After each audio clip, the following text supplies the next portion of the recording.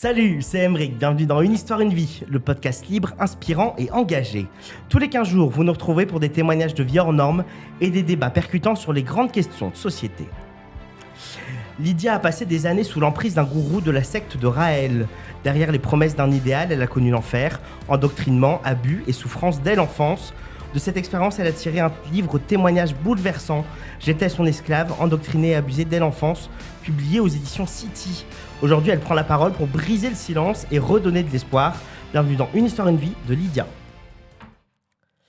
Et comme tous les 15 jours pour m'accompagner, Léna est avec nous. Bonjour Léna. Bonjour Emeric. Tu vas bien ? Super, ravie d'être ici. Et pour nous accompagner et comprendre ce qu'est l'emprise sectaire, la psychologue clinicienne Johanna Rosenblum est avec nous. Bonjour Johanna. Bonjour Emeric. Merci d'être avec Merci. nous. On va raconter ton histoire, Lydia. Je sais que c'est difficile pour toi d'en parler, donc je te remercie d'être avec nous, vraiment. C'est un livre bouleversant. J'étais son esclave aux éditions City. Tu es rentré à 4 ans dans la secte de Raël. Tu es arrivé dans un lieu qui s'appelle l'Éden. C'est un camping naturiste dans le Tarn. Comment tu y es rentré ? Par le biais de la personne qui m'a mis au monde. Déjà, bonjour à tous. Et à 4 ans, elle a eu une révélation parce que sa collègue de travail lui a donné les livres de Raël.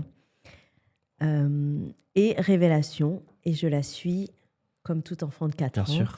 Dans ce camping, effectivement, à Éden. Et pour moi, les premières années, jusqu'à 9 ans, c'est la colonie de vacances. Ouais. Où je vais voir mes amis, mes copines, mes copains. Et surtout, c'est un endroit qui est idyllique. Une rivière, une bâtisse en pierre, des arbres, la piscine, les copains. Donc, j'étais contente d'y aller jusqu'à que ça prenne une autre tournure. Ouais, on va en parler. Tu es scolarisée ? Oui, je suis complètement scolarisée. Alors, en fait, il faut savoir que les Raéliens ont une vie complètement lambda. S'ils ne vous disent pas qu'ils sont raéliens et s'ils ne portent pas le symbole, on ne sait pas qu'ils sont raéliens. D'accord. Parce que forcément, ils ont un travail, des amis, du sport. C'est complètement ouvert dans la société puisqu'il faut avoir un moyen de donner son argent au mouvement raélien et à Raël. Donc, il ne peut pas se permettre d'enfermer ses disciples. On va dire ça comme ça. Et que prône la secte ? Alors, la secte, à la base, c'est un mouvement qui dit qu'on a été créé par des extraterrestres, les Elohim, sur une autre planète, qui ont 25 000 ans d'avance sur nous. Et le but de cette secte, c'est de créer une ambassade, un immeuble, où on va recevoir ces extraterrestres en étant en paix. Ça, c'est la base du mouvement raélien. Ensuite, ça prône le fait de prendre soin de soi, d'être bienveillant avec les gens. Et une ouverture à la sexualité, en tout cas, moi, c'est comme ça que je l'ai perçue, qui est pour moi pas normale. Non. Johanna, quels peuvent être les premiers signes d'endoctrinement ? Les premiers signes d'endoctrinement, c'est les mêmes que ceux qu'on retrouve dans les mécanismes d'emprise. D'abord, il y a une perte du libre arbitre et de l'esprit critique. Le but, c'est d'amener la personne à ne penser qu'au travers de ce que nous, on lui dit, de nos propres schémas de pensée et donc de schémas dysfonctionnels d'emprise qu'on retrouve dans les dérives sectaires. Et en fait, cette perte de libre arbitre et d'esprit critique, elle va conduire à un isolement progressif et de la société et des proches et du monde tel qu'on le connaît au travers des médias, de la presse et de tout ce qui peut nous informer. On finit par ne penser uniquement qu'au travers du discours du gourou, du chef de meute. Et c'est comme ça qu'on finit par finalement obéir et ne plus pouvoir réfléchir par soi-même, ne plus pouvoir juger, évaluer si on est soi-même maître des décisions qu'on prend. Donc ça conduit à des choses extrêmement compliquées. Et tout ça est fait sous le couvert d'un emballage plutôt flatteur parce que Lydia le dit très bien, on a l'impression d'être en vacances, on va à la piscine, on rencontre plein de camarades. Donc il y a ce côté un petit peu je t'offre un monde que tu ne pourrais pas avoir en dehors de notre communauté pour derrière avoir des avantages financiers, sexuels et tant d'autres. Et pourquoi il y a certaines personnes qui peuvent être plus vulnérables à être justement endoctrinées ? Il y a des personnes qui vont être vulnérables parce qu'elles traversent une période de vulnérabilité, un deuil, une perte, quelque chose qui leur fait perdre un peu le sens de la vie. En tout cas, il y a une faille qui doit être comblée à ce moment-là. Et puis ensuite, il y a des personnes qui sont vulnérables de fait. Quand on a 4 ans, on est vulnérable parce qu'on a un enfant, parce qu'on est suggestible et que ce qu'on nous dit... ce dont on nous parle comme quelque chose qui est bon pour nous, devient quelque chose qui est bon pour nous, surtout quand on est entouré d'adultes qui vont clairement dans le sens de ces mêmes réflexions. À ce moment-là, on a un enfant, on suit les adultes qui sont censés être des référents protecteurs. Encore plus une mère, finalement. Toi, tu l'appelles ta génitrice. Ah, je l'appelle comme ça, oui. Oui. Ou celle qui m'a mis au monde parce que c'est ce qu'elle a fait. Mm. C'est vraiment elle a été ce rôle-là dans ma vie, me mettre au monde. Après, je suis moi-même maman, donc j'ai encore moins accepté du moment où j'ai eu mes enfants. Oui. Ça a été très compliqué. Mais elle est dans son monde et dans son prisme. Pour elle, elle m'a jamais rien fait de mal. Elle m'a ouvert. Elle te l'a dit? Ah ouais, complètement. Elle m'a dit que j'étais instable psychologiquement et que elle avait tout fait pour moi et que je lui gâchais sa vie. Et entendre tes enfants t'appeler maman, est-ce que ça te fait quelque chose? Est-ce que tu as un manque du coup, ta vie? Je manque. C'est pas elle qui me manque. C'est le fait d'avoir. C'est d'avoir une référente. Et là, je vais pleurer. C'est d'avoir une référente, ça. Ouais, je crois que ça, c'est un truc qui sera là toute ma vie. De faire le deuil de quelqu'un de vivant, c'est compliqué. T'es en colère contre elle? Non. Non. Je crois que je suis plus en colère contre moi. Pourquoi? Parce que À 4 ans, on n'a pas de libre arbitre. je le sais, je l'entends, on me le dit. Et en plus, je suis pas trop con, donc je comprends. Mais, mais c'est un truc où j'aurais pu partir plus tôt, et si. Mais bon, voilà, aujourd'hui, je suis là et ça va aller. Et comment s'organise cette secte? Est-ce qu'il y a une hiérarchie? Alors, dans le mouvement raélien, il y a 2 structures. La première, elle est ouverte aux hommes et aux femmes. Donc, c'est une structure où c'est par niveau. Niveau 1, niveau 2, niveau 3, guide niveau 4. Guide niveau 5, ce sont les évêques, D'accord. juste en dessous de Raël. Voilà. Donc ça, c'est ouvert à tous. Et plus on est impliqué dans le mouvement, plus on va faire de la diffusion pour ce mouvement, plus on va monter en échelon. Ok. Ensuite, il y a ce qu'on appelle l'ordre des anges. C'est un ordre qui est ouvert uniquement aux femmes, pareil, avec des échelons. Ange, plume, une plume, 2 plumes, 3 plumes, 4 plumes, 5 plumes, 6 plumes, avec différentes couleurs de cordons et différentes couleurs de plumes. Donc moi, j'étais ce qu'on appelle plume rose, cordon doré. On va en parler. Je peux en parler maintenant? Ou c'est trop tôt? Comme tu veux. Ah bah, comme tu veux. Vas-y, je t'en prie. Alors, plume rose, cordon doré. Cordon doré, les cordons dorés sont les femmes qui sont les plus jolies. Bon, on parle de ça il y a 20 ans, donc j'ai pris une frappe. depuis. Non, mais qui sont jolies et qui sont autour de Raël, donc pour son service, son intendance, et qui ont des rapports intimes avec lui. Et cordon doré, c'est-à-dire qu'elles peuvent avoir aussi des rapports intimes avec d'autres hommes. Donc moi, il m'a demandé d'être plume rose, cordon doré, donc j'étais à son service, son intendance, et je n'avais le droit d'avoir des rapports qu'avec lui et avec les Elohim quand ils viendront sur Terre, les extraterrestres. Alors revenons un peu à ton enfance, si tu veux bien, puis on continuera de parler de ce que tu as vécu, et tu le dis dans le livre, hein, tu étais clairement son esclave, tu le dis ouvertement, avec beaucoup de force et beaucoup de courage. À 9 ans, tu fais un stage en contact direct avec le prophète. Ça consistait en quoi? Alors, à 9 ans, comme tous les étés depuis que j'ai 4 ans, on va à Éden. Et je suis au bord de la piscine, et Raël, le prophète, vient me voir et il me dit que je suis très jolie et qu'on serait amenés à se revoir plus tard. Donc, j'assistais pas encore aux cours à cette époque-là, parce qu'à 9 ans, on n'y assiste pas. Mais nous, les enfants, Raël pouvait venir nous parler quand il voulait. Et donc là, ça a pris un autre tournant à partir de ce jour-là, au bord de cette piscine. Ça a pris quel tournant? Ça a pris le tournant où les gens voyaient qu'il était venu me parler, donc j'étais intéressante à leurs yeux du coup. Et puis celle qui m'a mis au monde était fière, ravie. T'étais devenue celle qui avait parlé avec le prophète. Ah ben oui, et puis en plus quand je lui ai dit qu'on allait se revoir plus tard... Tu t'es sentie sexualisée à 9 ans? Ou sur le coup, t'as pas compris? En fait, sur le coup, j'ai pas compris, mais en fait, je pense que j'ai été sexualisée très très tôt, mais c'était ma norme à moi. C'est maintenant que je comprends. Ouais. Mais à l'époque, c'était ma normalité. À 13 ans, on va t'apprendre à faire des fellations. Tu seras donc violée la première fois à 13 ans. Tu t'en souviens encore? Oh, je m'en souviendrai, je pense, toute ma vie, ouais. On est en stage plus à Éden, parce que depuis, Éden a été vendu. On est en Suisse, Raël n'est pas là, et ce sont les personnes qui remplacent Raël pour animer les stages qui me portent de l'intérêt, et je mange avec eux les midis. On était 4, une autre jeune fille, un autre guide et cette personne-là. Et on mange à midi et il me propose de faire la sieste. Et puis moi, innocemment, je vais faire la sieste. Et puis on me fait comprendre que ce serait bien... Alors je le dis avec le sourire, parce que ça m'empêche de m'effondrer. Que ce serait bien que je mette son sexe dans ma bouche, parce que comme ça, plus tard, je pourrais le faire correctement à mon prophète. Comment t'as réagi? Tu te souviens? Je sais pas. En fait, si, je me souviens. Tu te dis que t'as pas envie, mais tu te dis que le prophète sera content, que Là, moi, on m'a toujours appris à faire du bien aux gens. Donc là, je suis avec un homme qui me donne de l'intérêt, en plus qui est haut gradé dans le mouvement raélien. Je peux pas me permettre de dire non, mais j'ai Ouais. même pas pensé à dire non. En fait, j'étais déjà, je pense, formatée à cet âge-là. Johanna, quel impact peut avoir une sexualisation banalisée si tôt? Tous les impacts traumatiques qu'on peut imaginer. Déjà, ce que je voulais dire par rapport à ce que tu dis, Lydia, c'est qu'il faut quand même se rendre compte de la perversité du mécanisme d'emprise. C'est-à-dire que c'est une petite fille sous la responsabilité de sa maman, c'est-à-dire qu'elle n'est pas abandonnée par Ouais. sa maman, par des gens qui parlent d'Éden, de prophètes. Il y a une hiérarchie divine, donc on est complètement dans la sphère théologique. On a l'impression qu'on est du côté du bien et on nous fait subir les pires atrocités, les pires horreurs.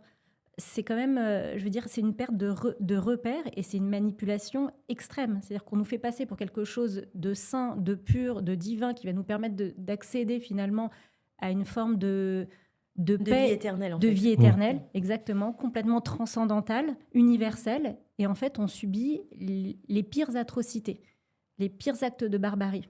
Donc, comment une enfant de 4 ans peut avoir juste le moindre repère de ce qu'elle est en train de vivre? C'est impossible. Et quant aux conséquences, comme je vous disais, elles sont traumatiques et elles le sont d'autant plus le jour où on commence à prendre conscience des mécanismes d'emprise et de tout ce qu'on a subi à cause de ces mécanismes d'emprise lors de ces dérives sectaires. Et c'est pour ça que c'est difficile de sortir d'une secte et que parfois, même quand on a cette opportunité-là, on y revient où on cherche une autre façon d'être dans une forme d'emprise relationnelle par la suite. Parce que voir la réalité en face et de prendre conscience de tout ce qu'on a subi, c'est trop un douloureux. trauma supplémentaire, Ouais. mais bien sûr. Et tu dis avoir eu l'impression de recevoir de l'amour. Pourquoi? Parce que je ne savais pas ce que c'était le vrai amour, finalement. Donc du coup, quand vous arrivez dans un endroit, vous restez 3 jours, mais tout se passe super bien. Les gens sont accueillants, gentils, bienveillants. On vous donne des clés pour prendre soin de vous. Vous n'avez pas envie de partir, déjà en tant qu'adulte. Alors quand vous avez été élevé comme ça, grandi comme ça, moi c'était normal. C'était énorme en fait. C'était normal que l'amour que je donnais aux gens passait par la sexualité. L'amour est égal à la sexualité. Dans mon esprit et dans mon prisme à moi, c'était ça. Et à quel moment justement tu n'as compris que ce que tu vivais, ce n'était pas normal? Je pense qu'au fond de moi, je l'ai su très jeune. J'avais toujours un truc en moi, mais je ne m'autorisais pas à le penser. Et à l'école, t'en parlais avec tes copines? Alors, Alors cet été, souvent à la rentrée. Alors, au début, j'en parlais pas parce que ça restait quand même tabou. Et puis après, Raël a décidé un 13 décembre qu'il fallait vraiment que les Raéliens s'assument. Donc, à partir de ce moment-là, dans ma propre ville, les Raéliens ainsi que celle qui m'a mis au monde donnaient des tracts et tout ça. Donc, tout le monde savait que j'étais la fille de la secte. Et puis, ce que je vivais dans le mouvement, je l'ai répété au collège. Parce que du coup, pour qu'on m'apprécie, parce qu'on ne m'appréciait pas, j'étais la fille de la secte, imaginez bien que les gens... je faisais des choses aux garçons dans les toilettes parce que c'était mon moyen à moi d'exister. Voilà. Et à 15 ans, tu vas quitter la secte. Il va y avoir une enquête ouverte par la police. Est-ce que tu vas être entendue, toi, par un juge ou un policier? Alors oui, ils sont venus à la maison à 6h du matin. En 2 heures de temps, je me suis retrouvée devant un gynécologue. Ça a été aussi un moment où... C'est violent.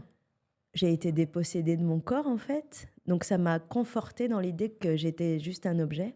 Mais ça, je l'ai compris plus tard. Et on m'a placée en foyer pendant 3 mois. Et au bout de 3 mois, on m'a renvoyée chez mes parents. Et du coup, qu'est-ce qui s'est passé à ce Et moment-là? Là, il y a une profonde injustice. Tu as demandé de l'aide et personne te l'a... J'ai même pas demandé de l'aide en soi. J'ai simplement dit ce qui se passait. Mais pour moi, c'était normal encore à l'époque. Donc, on me renvoie chez mes parents. Je pense que l'État, la justice a fait quelque chose qu'elle n'aurait pas dû faire. Elle aurait dû me protéger. Mais non, après, voilà, c'est comme ça que ça s'est fait. Je suis rentrée chez mes parents. Moi, elle m'a dit, celle qui m'a mis au monde, qu'elle n'avait plus de contact avec le mouvement raélien. Donc, j'en étais persuadée. Et ça me manquait un peu, mais ça allait. Jusqu'au jour où je me rends compte qu'elle m'a menti. Pourquoi elle t'a menti? Parce qu'en fait, comme je suis rentrée chez mes parents, on m'a mis un éducateur. Et il fallait pas que je dise à l'éducateur que mes parents, elle retournait toujours dans le mouvement raélien. Donc c'était pour éviter les problèmes avec la justice, je pense. Après, avec le recul, je pense que c'est ça. Et quelle a été la réaction de ta génitrice quand tu lui as dit que tu voulais partir? Que je voulais partir de cette secte à 15 ans, quand tu as eu cette en tentative? fait, à 15 ans, je n'ai même pas dit que je voulais partir, puisque c'est la loi, l'État qui nous l'a imposé, la justice. Mais une fois, elle m'a dit, mais ça te manque pas, les Raéliens, la famille? Bon, les copines, elles me manquent, mais c'était pas non plus... Il y avait le terme famille qui était utilisé. Ah bah pour moi, c'était ma famille, ouais. C'était même au-delà de ma famille, puisque j'avais plus de rapport avec ces gens qu'avec ma famille génétique. Donc c'était... Elle était coupée, ta génitrice était coupée de sa famille? Non, ben non, parce qu'en fait, elle a embrigadé avec elle 2 de ses sœurs, un de ses frères. C'était une histoire de famille. Et puis, tu sais, c'est le secret de Polichinelle, tout le monde est au courant, mais on n'en parle pas. Donc, après, je l'ai pas mal vécu quand j'avais 15 ans. C'est vers 16-17 ans, là, où ça a été compliqué. Quand je me suis dit, je vais jamais les revoir. Et qu'est-ce que je vais faire de ma vie? Et je suis inutile. Et jusqu'à que j'y retourne, quoi. Voilà, Et pourquoi t'es partie de tes 15 à tes 18 ans? Parce que de mes 15 ans, à 15 ans, en place en foyer pendant 3 mois, on me ramène chez mes parents. Je reste vivre chez mes parents jusqu'à 18 ans, en pensant qu'elle n'y allait plus. Et à 18 ans, Raël m'écrit. Il a calculé, j'avais 18 ans, il m'envoie un courrier et il me dit qu'il m'attendait, quoi, que j'étais pardonnée et que j'étais la bienvenue quand je serais majeure. Donc, j'y Pardonnée, retourne. donc ça veut dire que tu avais fait une erreur quelque Eh ben, part en quittant la secte? L'erreur, c'est que quand la police est venue à la maison et que j'ai été auditionnée sur 3 jours, et moi, je vis, malgré la dureté de ma vie, c'était un monde de bisounours, hein, là où j'étais, sur 3 jours où je comprends pas ce qui se passe, je comprends pas que mes parents sont en garde à vue. Le soir, je vais dormir chez une de mes tantes, et on me pose des questions sur des Raéliens, sur des lieux, et puis moi, je dis ce qui se passe. Et en fait, ce que je dis, c'est que c'est pas... Pour moi, c'est normal, mais pour la loi, c'est pas normal. Donc, c'est comme si je dénonçais des choses. Donc, dans ce sens-là, pour lui, il m'a pardonné. Et justement, tu en as parlé tout à l'heure, tu vas devenir plume rose, cordon doré. Tu nous as expliqué ce que c'était. Est-ce que tu as eu de l'attirance pour elle? C'était devenu normal pour toi? J'ai Est-ce que jamais c'était eu un Graal? d'attirance. Ah bah moi, c'était le summum. Ouais. C'était, je pouvais pas espérer meilleure place que cette place-là. Mais par contre, l'attirance, je l'ai jamais eu. J'ai même eu du dégoût très rapidement. Parce qu'il faut dire qu'il est déjà il est assez âgé, Raël. Ah oui, bah ça pourrait être mon père, hein, Ouais. déjà. Ouais, vraiment. Moi, j'ai 18-19 ans. Il a presque 60 ans, je crois, ou 50 ans passés. Et il est pas beau, quoi. Il faut dire ce qu'il est. Sauf que moi, je le regarde pas comme un regard qu'on porte à un homme. Je le regarde comme c'est le prophète, hein, c'est le demi-frère de Jésus dans ma tête. C'est le sauveur de l'humanité. Et je m'autorise même pas à me dire qu'il est laid ou que j'ai pas envie. Et après avoir été esclave sexuelle pendant des années, comment tu acceptes ton corps aujourd'hui? On est 2 personnes. Il y a mon cerveau, il y a mon corps. Ouais. C'est un objet qui me permet de marcher. Et tu arrives à te sexualiser dans Non. un cadre intime? Non, bah, le peu de rapports que j'ai. Pendant un temps, j'en ai eu beaucoup. J'ai consommé, mais vraiment. Et plus maintenant. Et maintenant, c'est plus pas difficile. super. Qu'est-ce qui est le plus dur à assumer? Avoir une libido, c'est devenu quelque chose de mauvais pour toi? Non, pas du tout. Moi, je pense vraiment... Alors, malgré tout ce que j'ai vécu, je pense que la sexualité, c'est quelque chose de beau, c'est important. Et je pense que quand il y a de l'amour et du respect, c'est quelque chose de magnifique. Mais je ne sais pas ce que c'est. Et je ne sais pas si je saurais ce que c'est. Donc, je ne veux pas m'interdire à cause de ces personnes aujourd'hui d'avoir une sexualité à peu près normale. Mais ça reste compliqué. Déjà, là, je suis médiatisée dans la rue. Il y a des gens qui viennent et qui me disent « Ah, bonjour Lydia » et qui me touchent le bras. C'est très compliqué. Mais si je m'interdis d'avoir des rapports avec quelqu'un que j'apprécie, bon, aujourd'hui, ça ne se passe pas, mais ça voudrait dire que ces gens-là ont encore une emprise sur moi. Donc, j'apprends, je me découvre un peu toute seule. J'essaye, quoi. Et tu dis avoir eu beaucoup de rapports à un moment. Johanna, ça peut se traduire par une hypersexualisation, souvent, quand il y a une agression comme ça? Oui, très souvent. Quand il y a des agressions sexuelles, des abus ou des viols, il peut y avoir à un moment donné une hypersexualisation du corps. C'est une façon de recréer de la dissociation, en fait. Quand on recrée le trauma auquel on a été exposé, on recrée aussi les mêmes états affectifs et émotionnels de ce moment-là. Donc, quand on vit quelque chose de dramatique, d'intolérable, insupportable, on se dissocie, on se coupe de ses émotions pour pouvoir continuer à supporter le trauma et le trauma physique. Et en s'hypersexualisant, on recrée un petit peu les mêmes conditions que celles qu'on a connues et on se dissocie. C'est ce que tu expliques très très bien quand tu dis que ma tête est coupée de mon corps. Ah, mais complètement. Tu le racontes dans le livre et je vous invite vraiment à lire. J'étais son esclave aux éditions City. Dans le livre, tu dis qu'on t'insérait des fourchettes dans le vagin, on t'a imposé avoir des rapports avec des chiens. Aujourd'hui, un chien, tu ne peux plus le regarder. Non. Tu peux plus voir de chien. Bah non. Comment tu l'as vécu, tout ça? Et ben en fait, donc Raël, le coup de la fourchette, c'est arrivé 2 fois, le premier rapport et le dernier. Donc le premier, pour moi, je m'y attendais pas, mais c'était un moyen de montrer à quel point j'étais dévouée à cet homme. Donc je l'ai pas mal vécu. C'est ça qui est fou. C'est ça qui est difficile de faire comprendre aux gens, c'est que sur le moment, je l'ai pas mal vécu. Parce que je donnais à ce monsieur ce qu'il avait besoin, ce qu'il avait envie, et j'étais même contente de souffrir. C'est fou. On te fait croire qu'il faut être fier, en fait. Mais ouais, T'es mais en capable fait, de le faire truc, ça. c'est que moi, le rituel que j'ai eu, d'autres n'ont pas eu. Je pense que je suis la seule qui a eu une fourchette dans le vagin et qu'avec d'autres, il a fait d'autres choses. Et le coup des chiens, dans l'intimité, déjà, il m'avait conditionnée à me masturber en pensant à des chiens. Excusez-moi. Prends C'est ton temps. venu Prends petit ton à temps. petit, quoi. Et un jour, sur une balade, il m'a déshabillée, et puis des chiens, on va pas rentrer dans les détails, mais... Donc, quand dans la rue, il y a plein de gens avec plein de chiens, je change de trottoir, quoi. Ou quand je suis avec quelqu'un, j'agrippe le bras, je me tourne, ou je pleure, ou j'y arrive à avancer, ou ça me tétanise, ça dépend du degré de fatigue, comment je suis, mais tous les jours, ça rappelle les scènes, quoi. Ouais. Tu sais si des gens de la secte ont lu ton livre? Oui, il y en a qui ont lu mon livre parce qu'ils ont fait toute une campagne médiatique pour dire que tout était faux, que Tout j'étais était faux, folle, d'accord.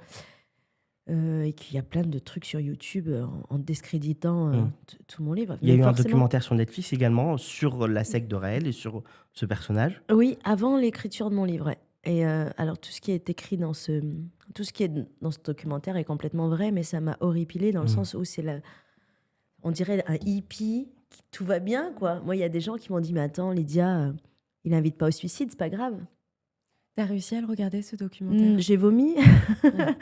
Ouais, physiquement, j'ai vomi. Je l'ai regardé, mais j'ai arrêté, j'ai repris, j'ai arrêté, Ouais. j'ai repris. Il faut dire qu'il est à l'étranger. Ouais, il vit au Japon.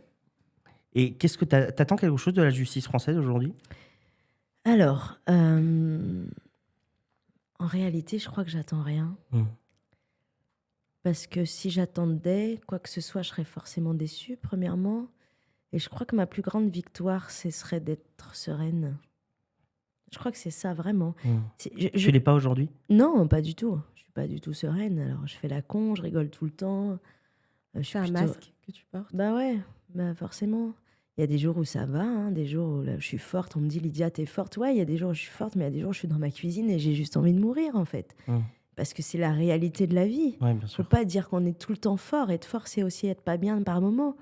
Bah moi, c'est ça mon quotidien. Et en fait, c'est un jour ça va, un jour ça va pas, un jour ça va, un jour ça va pas, mais on s'accroche. Tu continues de croire parfois à ce que prône la secte de Raël? Ça t'est arrivé d'y Bien croire? sûr, Ouais. bien sûr. Il y a des fois où quand tout est sombre, ou quand ça va pas, si c'était lui qui avait raison finalement. Et comme là, j'ai eu un premier procès où j'ai été relaxée. J'étais persuadée que j'allais perdre. Et en fait, juste j'ai été relaxée, ça m'a permis de voir que c'était juste un homme.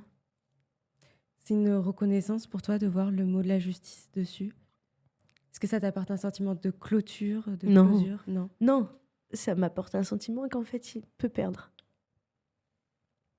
Je sais pas comment expliquer, mais... Question que je vous pose à toutes les deux, et ce sera ma dernière question, ce sera notre dernière question. Comment on se reconstruit psychologiquement après une secte, Johanna? Je pense que les parcours, ils sont hyper individuels. Donc, en tant que professionnel de santé, il faut être très, très humble, en fait, et pas arriver avec une méthode toute faite. Il faut être très à l'écoute du vécu de chacun et voir s'il faut travailler plus la résilience ou plus le psychotrauma ou plus l'histoire qui a conduit au mécanisme d'emprise. Mais dans tous les cas, pour pouvoir rentrer en contact avec quelqu'un qui a connu ça, il ne faut surtout pas arriver avec ses gros sabots en critiquant point par point les procédés sectaires, parce que ça va renforcer le lien, justement. Parce que les personnes qui ont été victimes d'emprise et qui ont été victimes de sectes, elles sont préparées à ça. On va vous dire qu'on est une secte alors qu'on est une famille. On va vous dire que vous n'êtes que des humains alors que vous êtes des élus. Donc, si vous venez critiquer tout ça, la personne en face, ça va renforcer son attachement à la secte. Donc, il faut y aller très doucement et aider à développer un esprit critique en restant très ouvert et très à l'écoute au récit initial. Lydia, le mot de la fin, il sera pour toi. Comment tu t'en es sortie? Est-ce que tu t'en es sortie Non, déjà? je pense que je m'en suis pas sortie et je pense que c'est vraiment un travail Pour jusqu'à témoigner, avant-dernier. il Mais en fait, c'est surtout si je fais pas ça, j'ai pas de raison de vivre. D'accord. J'ai plus de raison de vivre. Si ce que j'ai vécu, quelle que soit l'intensité de la douleur que j'ai vécue, si je le transforme pas, j'aurais vécu ça pour rien. Et si je vis ça pour rien, c'est qu'ils ont gagné. Et je veux gagner sur ma vie et mes choix. Et si ne serait-ce qu'une seule personne, elle me dit, bah écoute Lydia, ça m'a fait du bien, j'ai ouvert les yeux, bah, j'aurais gagné. Et t'en parles à tes enfants? On en parle, c'est compliqué. Ouais. Mais on en parle et ça va mieux aujourd'hui, ouais. Mais je suis une maman qui fait hyper gaffe, je dois les saouler d'ailleurs. On tombe un peu dans la psychose, du coup. Ouais, bah, complètement. Et puis même dès que quelqu'un est gentil avec moi, c'est ce qu'on disait tout à l'heure, c'est pas La normal. méfiance. Ouais, je me méfie de tout le temps. Mais bon. Merci beaucoup Lydia pour ton immense courage, c'était un plaisir. Merci à vous. Malgré sa dureté et les blessures que tu portes encore, ton témoignage, il est précieux, il met des mots sur l'indicible et rappelle comment l'endoctrinement et l'abus peuvent détruire des vies dès l'enfance. Donc merci à toi. Merci à vous. Et je rappelle que J'étais son esclave, endoctriné et abusé dès l'enfance, une victime de réel témoigne aux éditions City et toujours disponible, bien évidemment. Merci beaucoup Johanna d'avoir été avec nous. Merci beaucoup Léna. Merci. À dans 15 jours. On se retrouve nous dans 15 jours pour un nouvel épisode d'Une histoire, une vie. En attendant, rendez-vous sur les réseaux sociaux, le podcast Une histoire, une vie. D'ici là, prenez soin de vous. Bye bye.